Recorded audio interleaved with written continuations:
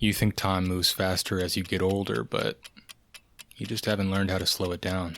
Every year seems to move faster, like you're skating down a slope and speed is picking up and you couldn't stop it if you tried, and everyone says that's just the way it is. It all goes by in a blink, so you believe them. But secretly you long for the long and languid summers of childhood where time inched along and went so slowly you were convinced you'd never really grow up, that adulthood was just a rumor.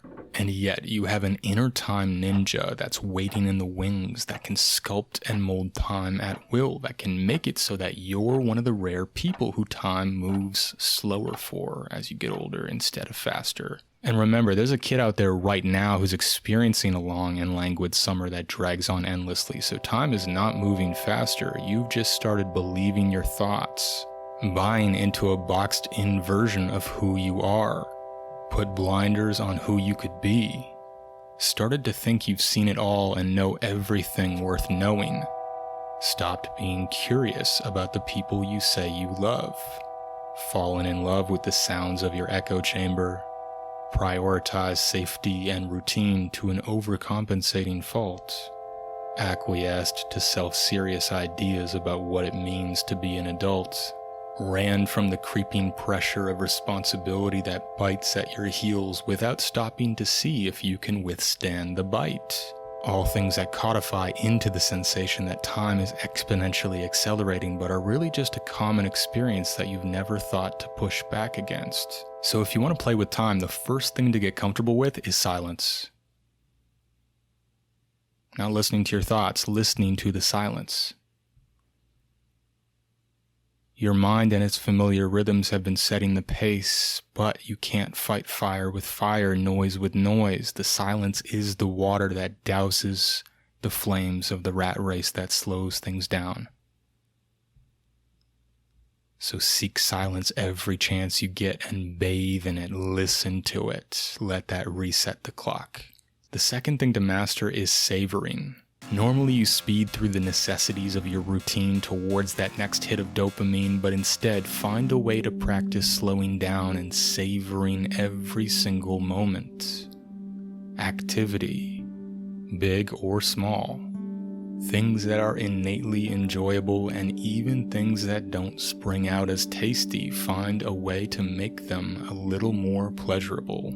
Another golden way to spark your inner time ninja is to start playing songs from the past, a time when you had all the time in the world, and just dance and groove along to them and remember what it feels like in your body to have nowhere to be, just drinking in the music. Arguably the biggest key to playing with time is to master meditation and do it every day as a practice so you can go deep into a space where there is only now and time fades away. This is your reset point every day so your system knows on a deep level there is no rush. No amount of mental gymnastics can do the trick. You have to actually go to that place and feel it. And if you want to bring your time ninja into your relationships, start spending time with people for more than a quick coffee or lunch. Schedule a day trip or a picnic or something where you can remember what it's like to connect deeply with someone without needing to get to your next thing.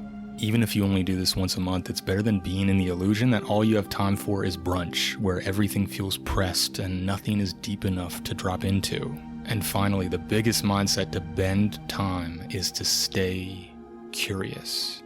Be curious about yourself, your beliefs, your feelings, your anxieties, the people in your life you think you know, what you think you know, about other people's perspectives you disagree with and what makes them the way they are, about all the limits you put on your identity and the possibilities for your life. Practice curiosity with a devotion that borders on addiction, and you will bend time as you step out of the river that carries those souls who question nothing and favor comfort, in favor of the riverbank, where all possibilities are visible, where time stops, play is inevitable, and silence is the sweetest sound.